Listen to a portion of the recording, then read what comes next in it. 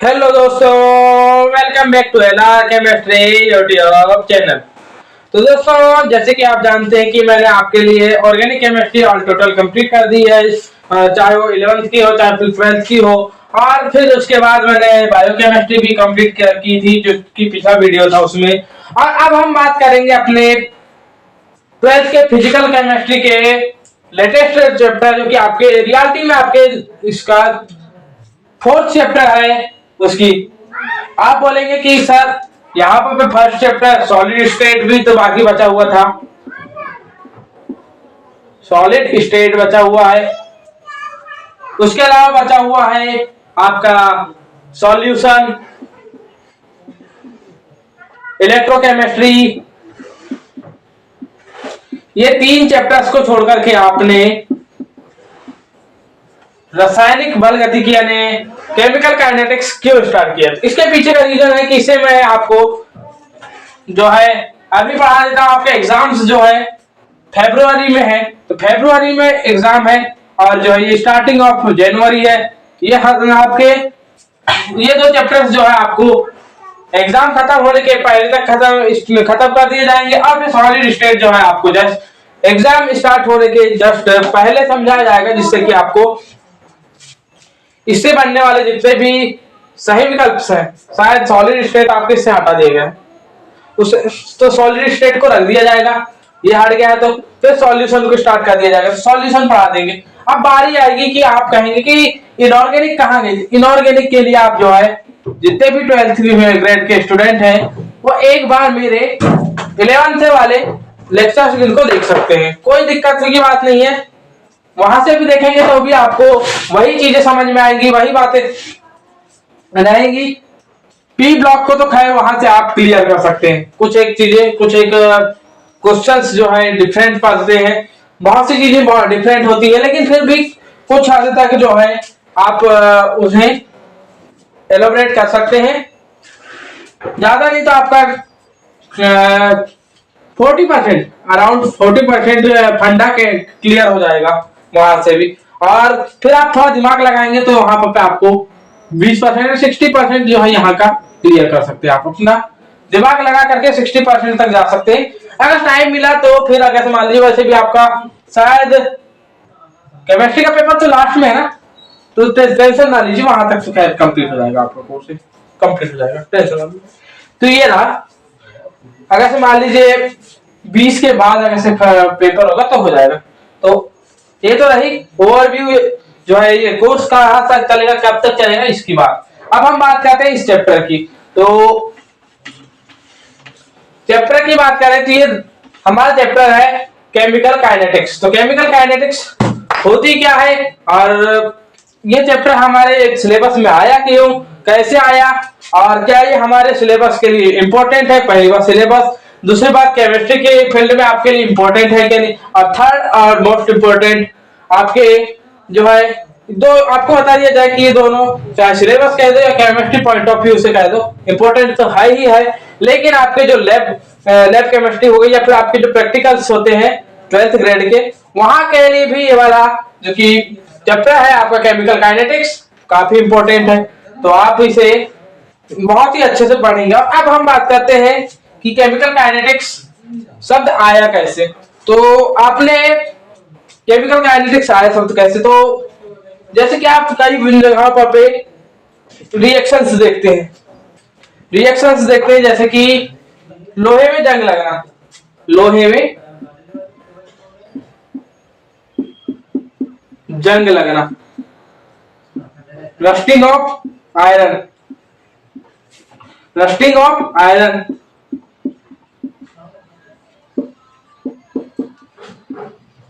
Even आप कुछ आपके इसमें जैसे कि आपके शरीर में खून का बनना, making of blood, making of blood, या फिर आप बात कर सकते हैं यहीं पर आपके फिर आपके ionisation reaction, even ionisation reaction के अलावा हम बात करेंगे, और हम आपको बता दिया जाए कि आयोनाइजेशन रिएक्शन, जो जितनी रिएक्शंस देख रहे हैं, या फिर आपके ऑक्सीडेशन रिएक्शन, ये सारी रिएक्शंस आप यानी चाहे जितनी भी केमिकल रिएक्शंस की बात करें, हम बात करें केवल केमिकल रिएक्शंस की। किसकी बात करें? केमिकल रिएक्शंस की। यहाँ पर हम जो है आपकी नाभिकीय अभिक्रियाएं, न्यूक्लियर रिएक्शंस, इनके बारे में नहीं बात कर रहे हैं, ना ही आपके जो रेडियो एक्टिव रिएक्शंस है इनके बारे में बात नहीं कर रहे, ओनली हम केमिकल रिएक्शंस की बात कर रहे हैं। तो यहाँ पर आप जो है आपको इतना तो पता चल गया होगा कि कौन सी रिएक्शन सब मैंने जो कि पिछले ही जो कि क्लास 11th में एक चैप्टर था केमिकल थर्मोडायनामिक्स। तो केमिकल थर्मोडायनामिक्स में आपने ये तो पता किया था इनकी स्पॉन्टेनिटी, इसके बारे में पता किया था थर्मोडायनामिक्स में। और यहीं पर आपने एक समीकरण, एक इक्वेशन पढ़ा था, Gibbs free equation, Gibbs free energy के बारे में पढ़ा था। और गिब्स फ्री एनर्जी जिसकी नेगेटिव होगी वो जो है आपकी स्पॉन्टेनियस होगी, और जिसकी पॉजिटिव होगी नॉन स्पॉन्टेनियस, मतलब खुद से स्वयं से होगी, और स्वयं से होगी क्या नहीं होगी इसके बारे में हमने जानकारी निकाली थी, ले ली थी। तो यहाँ पे हमें केमिकल थर्मोडायनामिक्स में हमें यही जानकारी मिलती है कि कौन सी रिएक्शन खुद से होगी और कौन सी रिएक्शन खुद से नहीं होगी। ये तो बात तो आप जानकारी निकाल सकते। लेकिन अब यहाँ पे एक क्वेश्चन आता है कि ये रिएक्शन तो हो रही है, लेकिन ये रिएक्शन किस स्पीड से होगी? जैसे कि आप रस्टिंग ऑफ आयरन, मतलब कि लोहे में जंग लगना, इसे देखेंगे तो ये आपका जैसे ही किसी भी आपके क्या कहना चाहिए,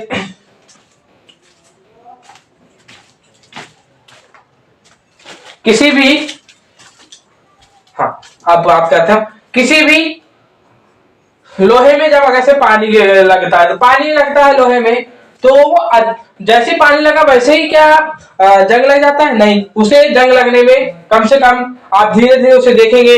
पानी लगा उसके बाद देखेंगे, पहले दिन देखेंगे, दूसरे दिन देखेंगे, तीसरे दिन देखेंगे, चौथे दिन देखेंगे, थोड़ी थोड़ी भूरी परत लगने लगेगी, और 10-15 दिन बाद देखेंगे तो आपको पूरा का पूरा लोहा भूरी परत से सना हुआ दिखाई देगा, पूरे तरीके से वहां भूरी परत लग जाएगी। तो ये बात रही। तो ये आपकी जो है यहाँ पर धीरे धीरे से यहाँ पे दिन प्रतिदिन यहाँ पे आपके रिएक्शन हो रही है।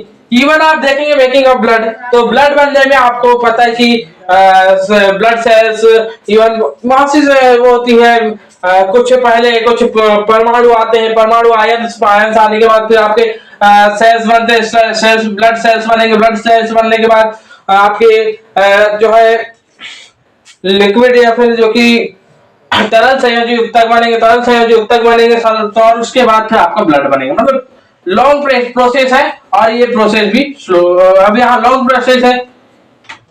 तो यहाँ पे भी आपको देखने मिलता होगा टाइम लगता है, इसमें भी टाइम लगता है। अब आयोनाइजेशन रिएक्शन, अब आपने जैसी रिएक्शन, यहाँ आयोनाइजेशन रिएक्शन में जैसे आप देखिए, आयोनाइजेशन रिएक्शन में हम जैसे कि बात करते हैं NaCl, आपके नमक को मिलाया, जैसे मान लीजिए पानी में, आपने जैसे पानी में मिलाया नमक को, तो जैसे मिलाया वैसे ही वो जो है आपका नमक, जैसे ही आपने पानी में डाला तो वैसे ही 10 से 15 सेकंड के अंदर ही वो आयोनाइज्ड हो जाता है, मिली सेकेंड्स में या फिर कुछ सेकंड्स में ही आयोनाइज्ड हो जाता है। अब मान लीजिए ऑक्सीडेशन रिएक्शन में हम ले लें कि आप जो है अपने आसपास कोई कागज को जला रहे हैं, किसी कागज को जला रहे हैं, तो वहां पे आपको देखने को मिलता है क्या कि रिएक्शंस जो है यहाँ पर ये भी एक प्रकार की केमिकल रिएक्शंस है, और आप जलाएंगे तो ऑक्सीजन की उपस्थिति में ही जलाएंगे, और यहाँ पर एक प्रकार से वो ऑक्सीजन से क्रिया करेगा। तो आप देखेंगे कि कुछ मिनटों में ही आपका कागज जल करके राख बन जाता है, 1 से 2 मिनट में। अच्छा सा कागज है तो वो 4 से 5 मिनट में जल करके धुआं हो जाता है। तो यहाँ पर आप रिएक्शंस की अलग अलग कैटेगरी देख रहे थे कि कुछ रिएक्शंस इतनी स्लो हो रही थी कि हमें कुछ दिनों का समय लग रहा था उस रिएक्शंस को देखने के लिए, कंप्लीट होने देखने के लिए। इवन कभी कभी तो सालों तक का समय लग जाता है, जैसे कि मेकिंग ऑफ ब्लड। या फिर बात कर दे आपके आयोनाइजेशन रिएक्शन, ये तो मिली सेकेंड, बहुत ही फास्ट है, वेरी फास्ट रिएक्शन मिली सेकेंड में हो जाती है, मिली सेकेंड में। और जबकि ऑक्सीडेशन रिएक्शंस आपको कुछ मिनटों में देखने को मिल रही। तो ये रही। तो हम यहाँ पे बात क्या कर रहे हैं कहीं ना कहीं कितने टाइम में हो रही है। और टाइम के अगर से किसी चीज के होने से रिलेट करते तो फिजिक्स में आपने एक टर्मिनोलॉजी पढ़ी होगी, एक क्या, स्पीड या वेलोसिटी, स्पीड और वेलोसिटी, ये शब्द से आप वाकिफ होंगे और आपके लिए आपके दिमाग में यही शब्द ज्यादा बेस्ट बैठता होगा। तो उसी से रिलेट करके यहाँ पर पे क्या आता है, rate of reaction. Rate of reaction हम इसे आगे चल करके बात करेंगे।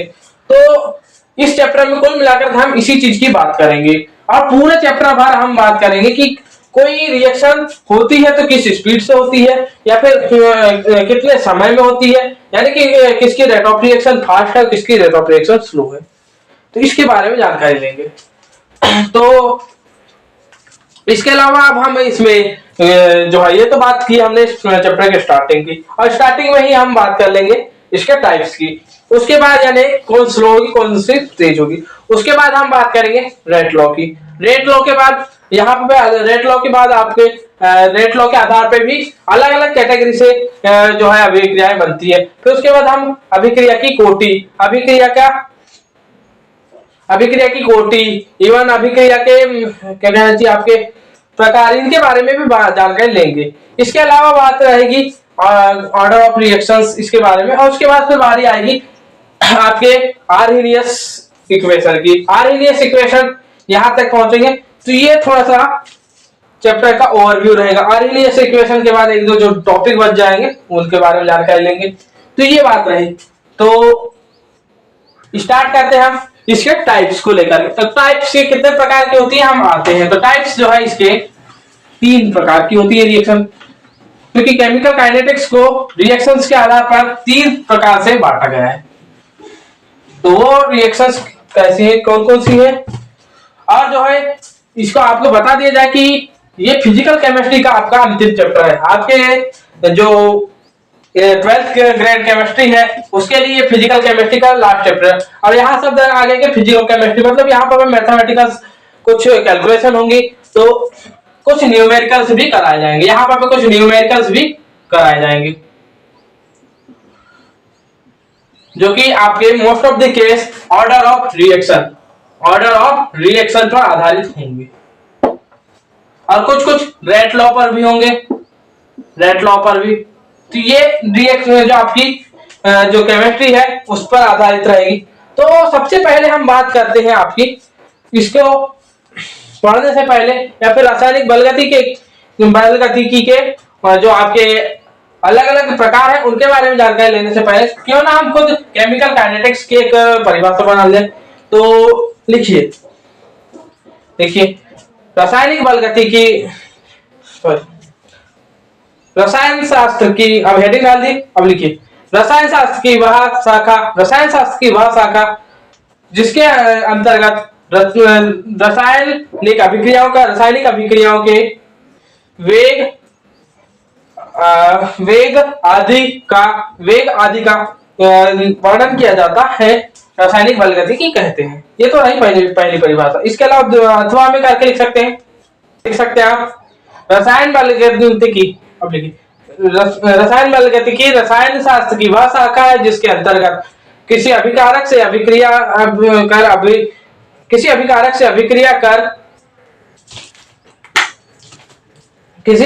अभिक्रिया कर उत्पाद बनाने की दर का अध्ययन कराने वाले रसायन को रासायनिक बलगतिकी कहते हैं। हाँ, लिख लिए। हाँ, इसके बाद हम बात करते हैं इसके प्रकार की बात करेंगे। तो इसके प्रकार हो जाएंगे आपके 3 प्रकार से। पहली होती है very fast reaction, second one fast reaction, और थर्ड वन टाइमली, इसको हम कहते हैं लेटली, या फिर जिसे कह सकते हैं आप स्लो रिएक्शन। क्या कह सकते हैं, स्लो रिएक्शन। तो ये रहे 3 प्रकार। तो ये 3 प्रकार तो आपको बता दिए। अब हम किस रिएक्शन को आप वेरी फास्ट रिएक्शन कहेंगे, किसे फास्ट रिएक्शन कहेंगे, जबकि किसे स्लो रिएक्शन कहेंगे। तो हम आते हैं, तो अगर से कोई रिएक्शन आपकी बहुत ही कम समय में, जो कि कुछ मिली सेकेंड्स जो कि milliseconds, decaseconds, even seconds में हो जाए, इवन कुछ कुछ जो है मिनट्स में हो जाए, तो जो है ये रिएक्शंस आपकी किस में आती है, फास्ट रिएक्शंस में आती हैं। यानी कि इनके आपको बता दिया जाए कि ये रिएक्शंस आ जाते हैं आपकी किसमें, जो है वेरी फास्ट रिएक्शंस में आ जाती हैं, वेरी फास्ट रिएक्शन में। और इनको आप अगर से जैसे ही आपने रिएक्टेंट्स को मिलाया तो हमें उत्पाद प्राप्त हो जाता है। इसमें जैसे आपने रिएक्टेंट मिलाया वैसे ही आपको क्या प्राप्त हो जाता है, उत्पाद प्राप्त हो जाता है यहाँ पर पे। जबकि आपकी फास्ट रिएक्शन में या फिर आप इसे मीडियम स्पीड, इसे कह सकते हैं मीडियम स्पीड की रिएक्शन कह सकते हैं, मीडियम स्पीड की रिएक्शन कह सकते हैं। तो यहां पर पे कुछ मिनट्स इवन आवर्स का टाइम लगता है, तो यहां पर पे या फिर आप कह सकते हैं मिनिमम 2 to 3 डेज का टाइम लगे, तो ये भी कभी कभी ले ली जाती है आपकी किसमें, फास्ट या फिर मीडियम रेंज की रिएक्शंस में ले ली जाती हैं। और हमें थोड़ा सा टाइमली और जो है टाइमली रिएक्शन होने में थोड़ा सा समझ में आता है कि रिएक्शन हो रही है, थोड़ा सा टाइम लगता है इसमें। जबकि स्लो रिएक्शंस में आपको 15 डेज, मंथ्स या फिर ईयर्स का टाइम लग जाता है, यहां पर ईयर्स का टाइम लग जाता है। तो ईयर्स का टाइम लग जाता है तो इसे हम कहेंगे स्लो रिएक्शन। तो स्लो रिएक्शन ये बात हो गई। तो जो रिएक्शन किस टाइम पर कितने टाइम पर पहुंचती है उस आधार पर हमने यहाँ पर पे इनका डिवाइडेशन किया। अभी डिवाइडेशन किया तो अब यहाँ पर डिवाइडेशन करने पर पे बता दिया जाए कि यहाँ पर पे आपको तात्क्षणिक वेग, यहाँ पर पे आपको तात्क्षणिक वेग, आपकी वेरी फास्ट रिएक्शन में तात्क्षणिक वेग के बारे में आपको मतलब कि किसी क्षण में, इन्हीं तीनों में तात्क्षणिक वेग तो वैसे तीनों में पढ़ने को मिलता है, लेकिन जबकि मोस्ट मेनली इसका ये टॉपिक है किसका, वेरी फास्ट रिएक्शन का होता है। तो किसी स्पेशल टाइम में रिएक्शन का कौन सा पार्ट हो रहा है उसके बारे में हम अध्ययन करते हैं। फिर आपको जो कि यहीं पर आप जो कि आपको मैंने ऑर्गेनिक रिएक्शंस में मार्कोनिकॉफ रूल हुआ या फिर किसी भी प्रकार के रूल में एक शब्द पढ़ते थे आप आरडीएस, तो यहीं पर आरडीएस के बारे में भी जानकारी लेंगे। अभी थोड़ा टाइम रुकिए, इसी वीडियो में आपको आरडीएस के बारे में भी जानकारी मिलती है। तो आरडीएस का कहने से पहले हम बात कर लेते हैं तात्क्षणिक वेग के बारे में। तो तात्क्षणिक वेग किसी क्षण विशेष में अगर से कोई अभिक्रिया, चाहे वो फास्ट रिएक्शन हो, स्लो रिएक्शन हो या फिर आपकी वेरी फास्ट रिएक्शन हो, तो यहाँ पर पे किसी क्षण विशेष में अभिक्रिया का मान लीजिए आपने कोई एक मोल लिया, अब हम बात करते हैं और आपको बता दिया जाए कि हम यहाँ पर पे, चलिए थोड़ा सा तात्क्षणिक वेग बताने से पहले हम थोड़ा सा दूसरा इसी से रिलेटेड कोई और टॉपिक पर आते। तो सबसे पहले हम आते हैं काय में कि आपको पढ़ना है सिर्फ और सिर्फ क्या, वेरी फास्ट रिएक्शन। ये तो बहुत ही तेज रिएक्शन होती है, बहुत ही तेज रिएक्शन होती है। तो बहुत तेज रिएक्शन होती है तो इसे ऑब्जर्व करना थोड़ा मुश्किल हो जाता है, ऑब्जर्व करना मुश्किल हो जाता है। तो ये ऑब्जर्वेशन से थोड़ी सी जो है आपके लिए ऑब्जर्वेशन जो करना थोड़ा सा मुश्किल हो जाता है। जबकि आप बात करेंगे मीडियम रिएक्शन की, क्योंकि मीडियम की जगह हम आते सबसे पहले स्लो रिएक्शन भी इतनी स्लो हो जाती है कि इस पर होने वाला परिवर्तन इतना धीरे धीरे दिखाई देता है, इतना धीरे कि कभी कभी तो ऐसा लगता है कि परिवर्तन हो रहा है या फिर नहीं। ऐसा हमें प्रतीत होता है कि कभी कभी कि परिवर्तन नहीं हो रहा है। तो इस वजह से भी, क्योंकि कभी कभी इसमें आपको 15 साल 15 इयर्स का टाइम लग जाता है, कभी कभी आपको even 50 years, even 100 years, 250 years, ऐसे टाइम इतने स्लो रिएक्शंस भी चलती हैं आपको। जैसे कि आप रस्टिंग ऑफ गोल्ड, मतलब कि गोल्ड यानी सोने पर जंग लगना, या फिर किसी पेड़ में किसी कील को आप क्या कर देते हैं, किसी कील को आप उसमें उसमें लगा देते हैं, लेकिन वो क्या होता है कि कई सालों बाद आपको अगर मान लो डेली देख रहे हैं तो आपको वो चीज महसूस नहीं होगी।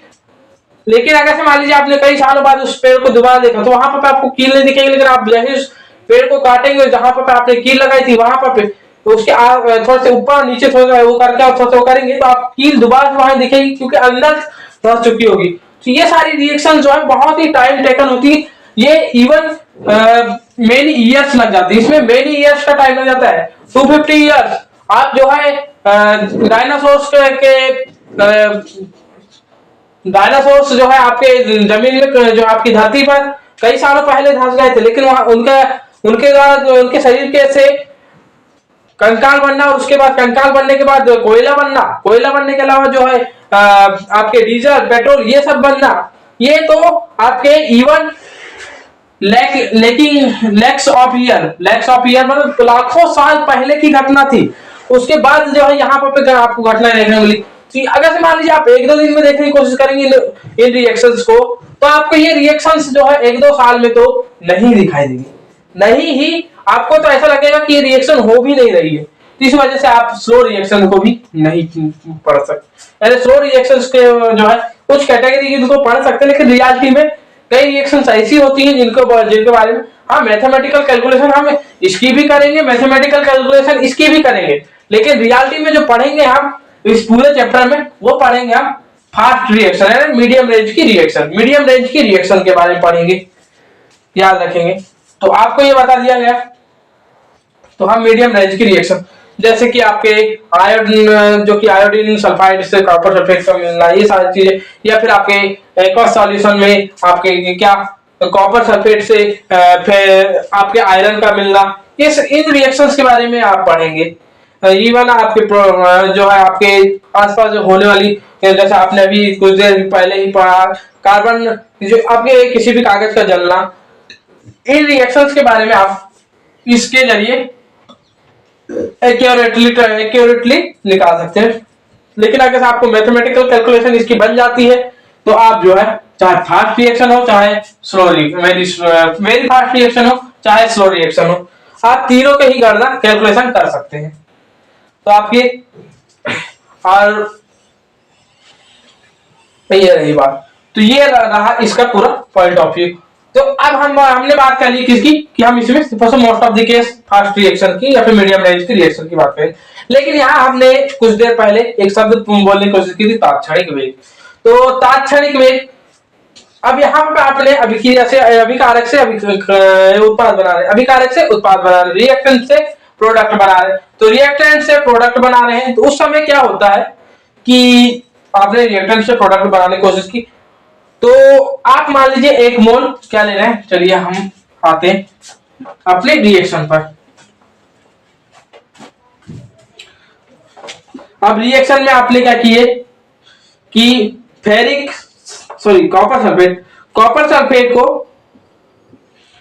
कॉपर सल्फेट में आपने और इसका एक्वस सॉल्यूशन है, चलिए हम थोड़ा सा, और इसमें आपने सॉलिड आयरन मिला दिया, सॉलिड आयरन मिलाया, तो इससे आपको क्या प्राप्त हो रहा है, FeSO4 प्लस Cu, ये प्राप्त हो गया। ये दोनों ही की दोनों यहाँ पर अब आपको ये यहाँ पर भी ये एक्वस में मिल जाएगा, और जबकि कॉपर सॉलिड हो गया। तो अब ये कैसे कौन सी स्टेट में क्या मिलेंगे इसकी जानकारी मोस्ट ऑफ द केस आपको कहाँ मिलती है, तो ये इसकी जानकारी आपको कहाँ मिलेगी, तो केमिकल काइनेटिक्स तरफ मिलेगी। तो रिलेट करते हुए चलना पड़ेगा हमें। लेकिन अब हम आते हैं अपने केमिकल काइनेटिक्स में। तो केमिकल काइनेटिक्स में हम पढ़े थे क्या, तात्क्षणिक वेग। तो क्या हुआ, आपने मान लीजिए इनका एक एक मोल लिया था, क्या लिया था, एक एक मोल लिया था, और एक मोल, और यहाँ पर अभी जब स्टार्टिंग की रिएक्शन, अब तो स्टार्टिंग में यहाँ पर इनके कोई भी वो नहीं था, प्रोडक्ट नहीं था, लेकिन थोड़ा कुछ समय बाद आपने मान लीजिए टी क्षण में, मतलब टीथ सेकेंड में आपने देखा, तो टीथ सेकेंड में देखा आपने तो क्या देखा कि यहाँ पर से मान लीजिए आपका 0.4% मोल ही इसका बचा हुआ है और इसका भी 0.4 मोल ही बचा हुआ है। लीजिए आपने ये देखा, लेकिन यहाँ पर भी इसका 0.6 मोल बन चुका है, 0.6 मोल बन चुका है। तो इस समय तात्क्षणिक वेग, तो यहाँ पर पे किसी क्षण विशेष में किसी भी रिएक्टेंट का कितना भाग प्रोडक्ट में बदला, प्रोडक्ट में बदला, यही कहलाता है आपका तात्क्षणिक वेग। तात्क्षणिक वेग से पहले क्यों ना हम बात कर लें, आपके एक और टॉपिक होता है जो कि तात्क्षणिक वेग को मैं डायरेक्ट ला दी। यहाँ पर रेट ऑफ रिएक्शन आता है। रेट ऑफ रिएक्शन के बारे में भी जानकारी ले लेते हैं। तो रेट ऑफ रिएक्शन वह किसी भी अभिक्रिया की यहाँ पे गति की शब्द आ रहा है। गति की मतलब किसी भी रिएक्शंस की गति के बारे में जानकारी देगा। तो रेट, और यहाँ पे एक चीज आती है रेट का यहाँ पर मैंने बता दिया कॉन्सेप्ट कि रेट शब्द जब भी आएगा तो याद रखेंगे कि रेट शब्द आएगा तो वहां पर आप बटे में समय समझेंगे। जब भी रेट शब्द देखें या फिर दर शब्द देखें तो वहां पे यहाँ पे हिंदी में इसको कहते हैं अभिक्रिया की दर।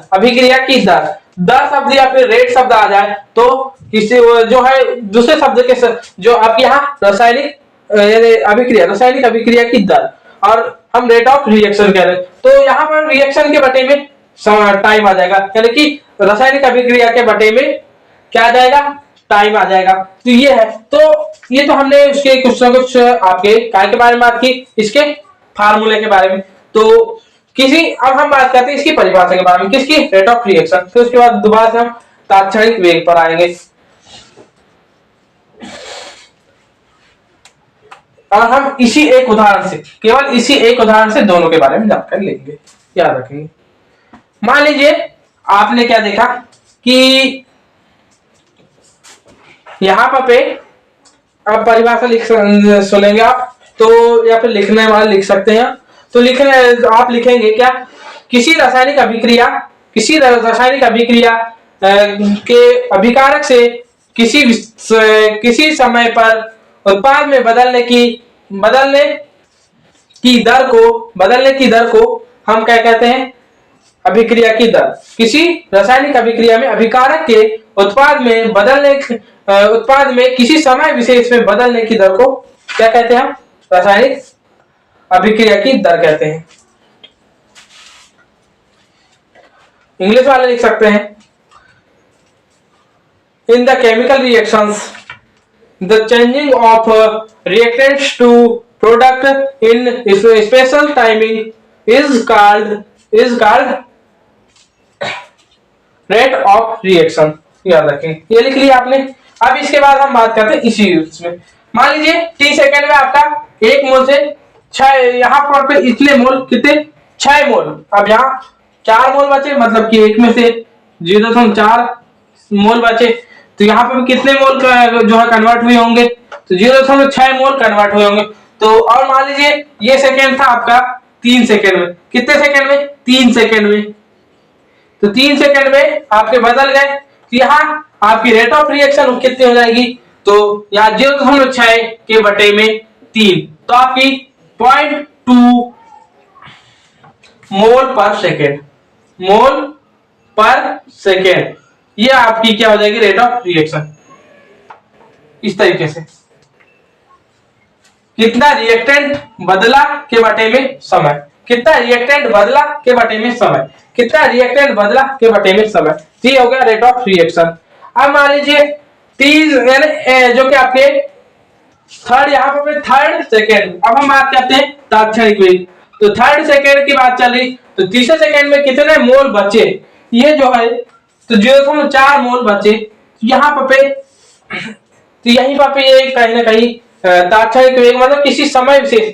मान लीजिए यहाँ पे, अब यहाँ पर थर्ड सेकेंड से फोर्थ सेकेंड, स्पेशल थर्ड से फोर्थ सेकेंड की बात करें, स्पेशल किसी एक सेकेंड की बात करें, थर्ड से फोर्थ सेकेंड की बात करें, अगर मान लीजिए थर्ड से फोर्थ सेकेंड में बदलने में कितने मोल बदलेंगे, अगर से इसके बारे में जानकारी लेंगे, थर्ड से फोर्थ में बदलने में, या फिर फर्स्ट से सेकेंड में, या फिर nth से n+1 में, nवें सेकेंड में, या फिर आपके n-1 सेकेंड से nth सेकेंड में बदलने में कितना टाइम लगेगा के